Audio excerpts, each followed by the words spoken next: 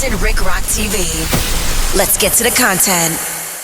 By now, everybody knows the Nolan Wells story. Yesterday, Nolan Wells was laid to rest. I sent my condolences out to Nolan Wells' family.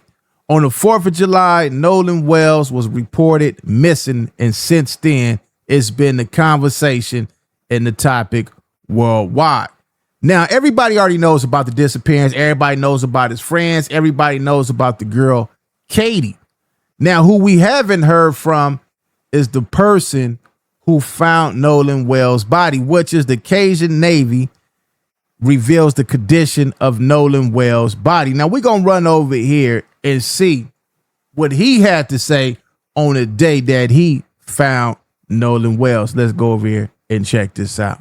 Let's go. Before this interview started, you started to get into the sequence of events surrounding, from when Nolan Wells was first reported missing to you getting in your plane. Can you walk us through what your story is? Yeah, sure. So it was kind of late in the evening on 4 July when we first got a call. I think the first dispatch came in through one of our channels, through either a family member or family friend of Nolan's, who ultimately put our incident commander in touch with his mother, who at that point was in full-on search mode. She at that point was very concerned that he was actually missing and was doing everything. They were doing everything they could to kind of retrace the steps, get his phone, get his keys, all that. So really, it was the next morning when we were told that there was going to be another boat going out, possibly containing some of Nolan's family. I'm not sure what the details were of that. In the morning on 5 July, that would have been Sunday. And by late morning, we had gotten basically another call saying, hey, if you guys have any boats in the area and can go out there and canvass the island, would appreciate it. So I had two of my volunteers in the Mississippi chapter from Ocean Springs, actually, that put in say midday on 5 July. They went out to Horn Island. They went on the island first, took a drone, looked around all over from an aerial view, and then they ran a grid between Horn Island and Ship Island with the boat. Both of these volunteers, one's a rescue specialist, one's actually a member of law enforcement. So they have a lot of experience, and they stayed at it for a few hours, and then the weather started to deteriorate, so they came back in. That's when we knew we were done for the day on 5 July. We made the decision that on 6 July, that if the weather permitted, we were going to put an aircraft up because we were getting further and further away from the last time Nolan was seen alive. All right. So he ended up missing on the 4th of July. They went out there on the 5th of July. Now, he just said something that I didn't even think about. And hold on. And it sits right behind me. They said they flew a drone. I didn't even think about that. I wonder if his family thought about that. We're going to fly a drone. I don't know if you can see this drone. Let me see. All right. We're going to fly a drone, put a drone up in the air, and see if we can find him. That was wise, man. It might be wise for people to go buy drones.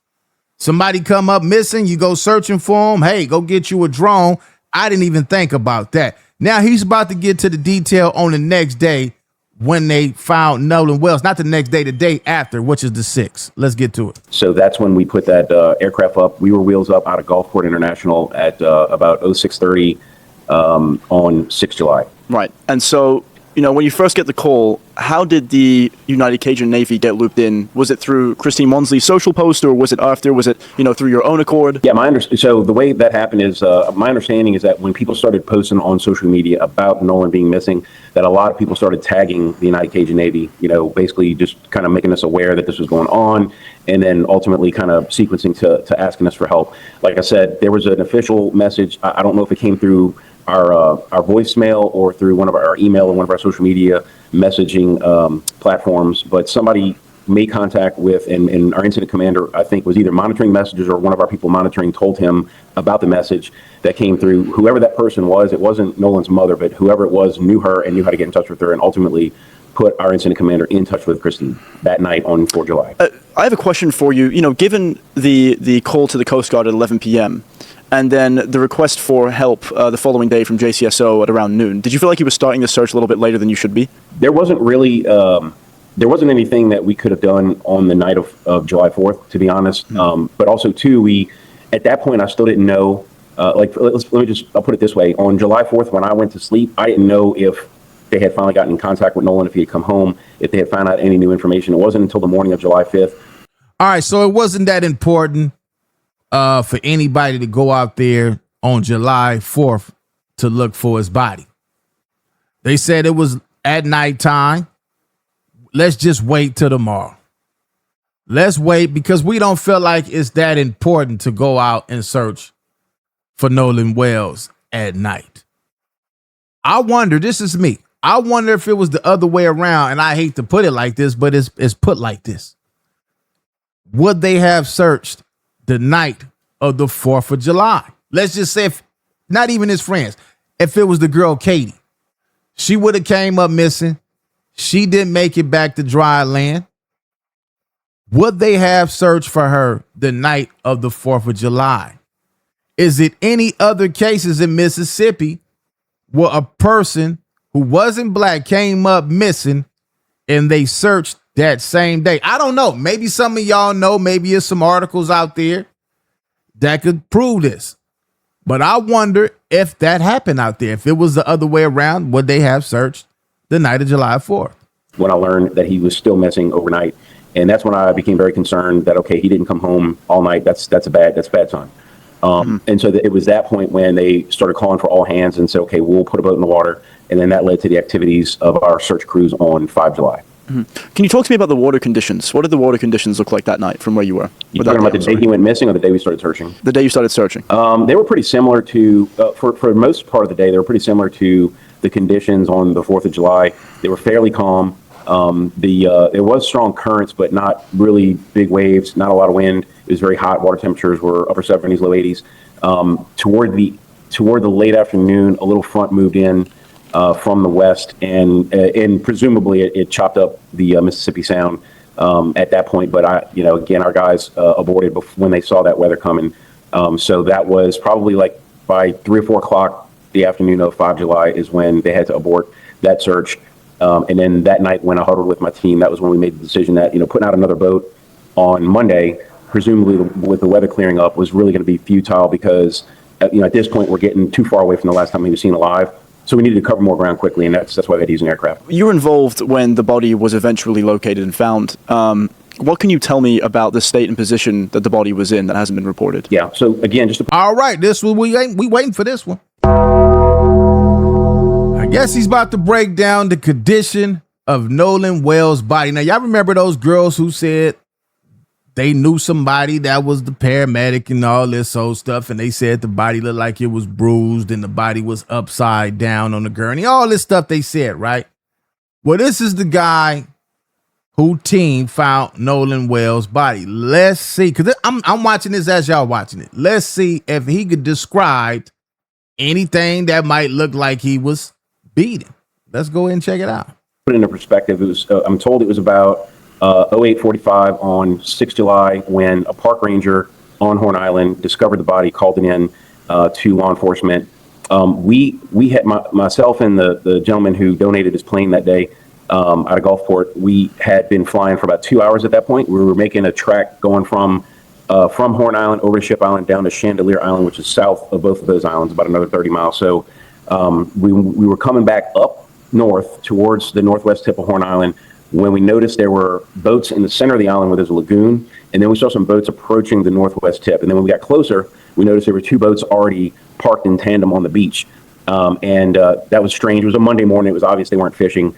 So we descended and to about maybe 450 feet, 500 feet, and we could tell it was law enforcement boats, law enforcement personnel. So we descended maybe another 100 feet or so, circled around, and that's when I saw a law enforcement presence gathering on that northwest point, and then I noticed that there was what appeared to be a body right at the shoreline, laying face down on the sand. The implication is that this body had washed up, unfortunately, on the shore. That's what it looked like to me, yeah. Did you see any visible injuries or anything that you can speak to at that distance? No, from that height, right? So it's best I can do.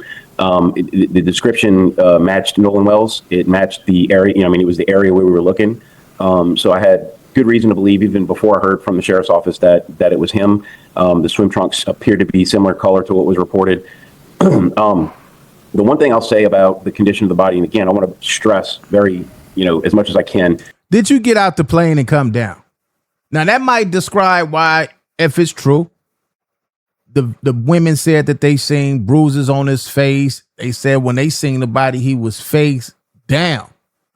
I don't know if it was sand or if it was dirt, how long he was out there before the body was found in the morning. Was the sun out? that ground get hot, that could bruise your face up, that could burn your face. They said they seen burns. So, maybe that's why they said they seen that. He was face down in the sand or the dirt. Let's finish. Let's see if he said he was up in the plane. Let's see what happened. That I'm at 450 feet in the air. So I did not have a good ground's eye view look. But normally when a body's been floating, you'll see some bloating and whatnot. He wasn't in the water that long. The water temperature was high. He has a low body mass index. So both of those factors together, normally we'll look for a body to pop up on about day 4, but we knew it was possible he could pop up as soon as day 2. And this was day 2.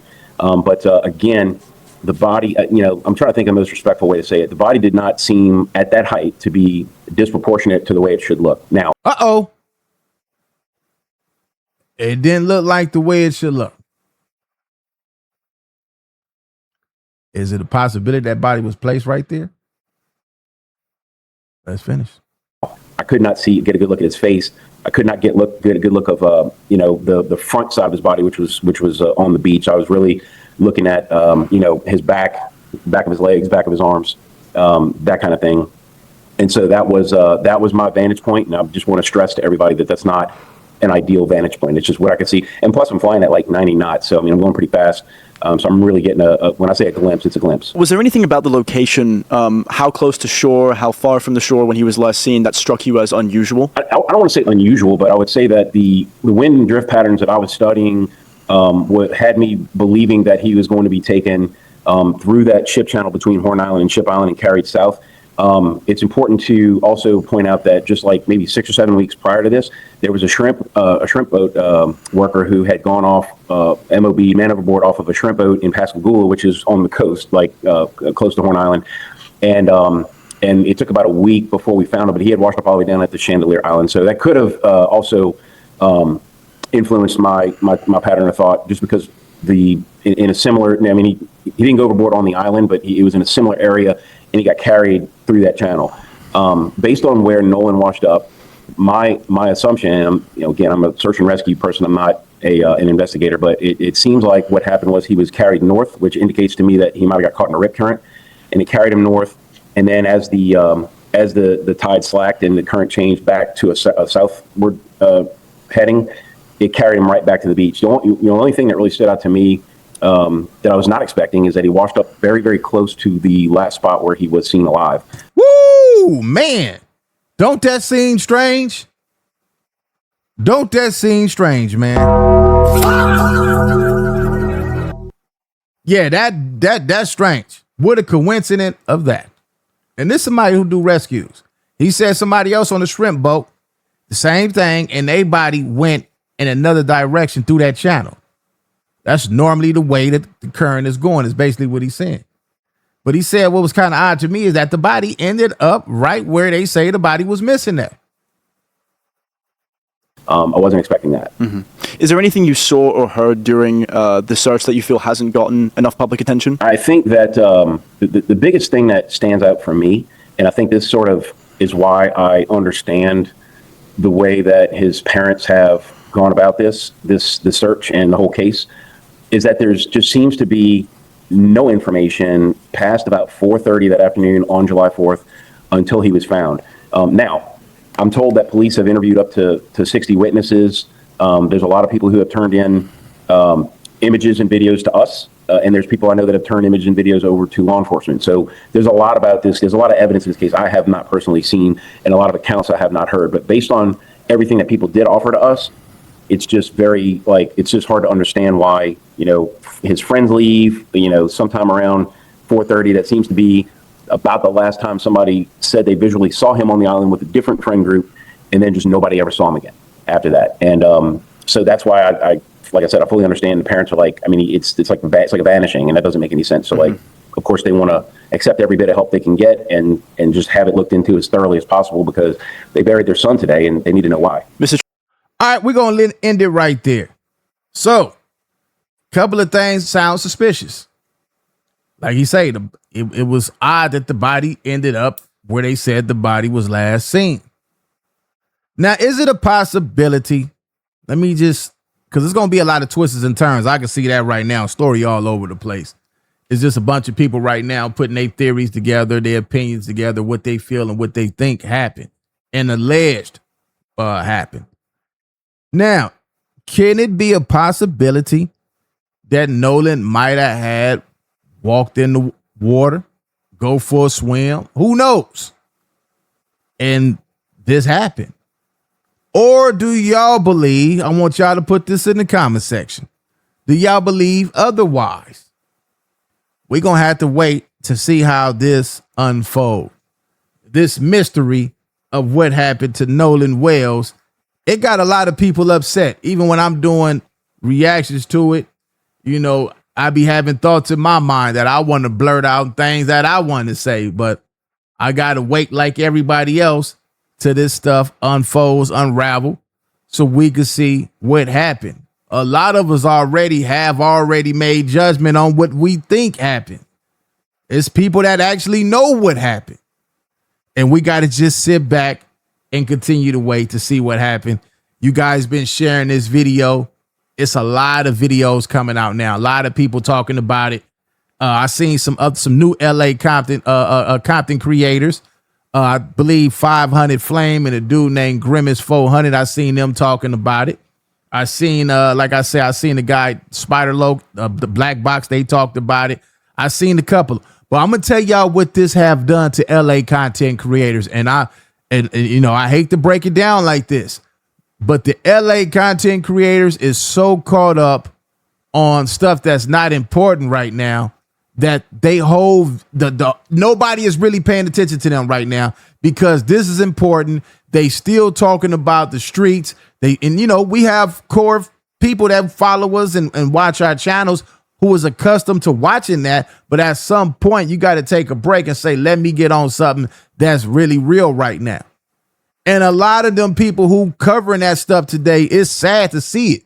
Like, y'all haven't even touched on this, but y'all still talking about who got unalive on some gang activity. This dude wasn't in the gang. This dude right here was into sports, obeying his parents, good kid. Now, it's cool to cover some of that stuff too, because, you know, them people lose their life and they family want to know what happened. But talking about people, and a lot of people talking about people out of jealousy. Some of these content creators out here is jealous of the next content creator, and all on their mind they got to talk about is that person who not even relevant right now compared to this. So the Nolan Wells case is exposing a bunch of LA content creators right now. Exposing them. They don't even want to touch this. They don't even want to talk about this. They still want to talk about their gang, and it's fine. It's cool. It's all right. Nothing against none of them dudes. But anyway, I need y'all to share the video, like, comment, and subscribe to the channel. Oh, yeah. Share the videos. Compton Rick Rock, Compton Rick Rock TV. I'll catch all y'all on the next one. Like, comment, share, and subscribe to the channel, Compton Rick Rock TV. Also, hit that notification bell and catch every video when I drop.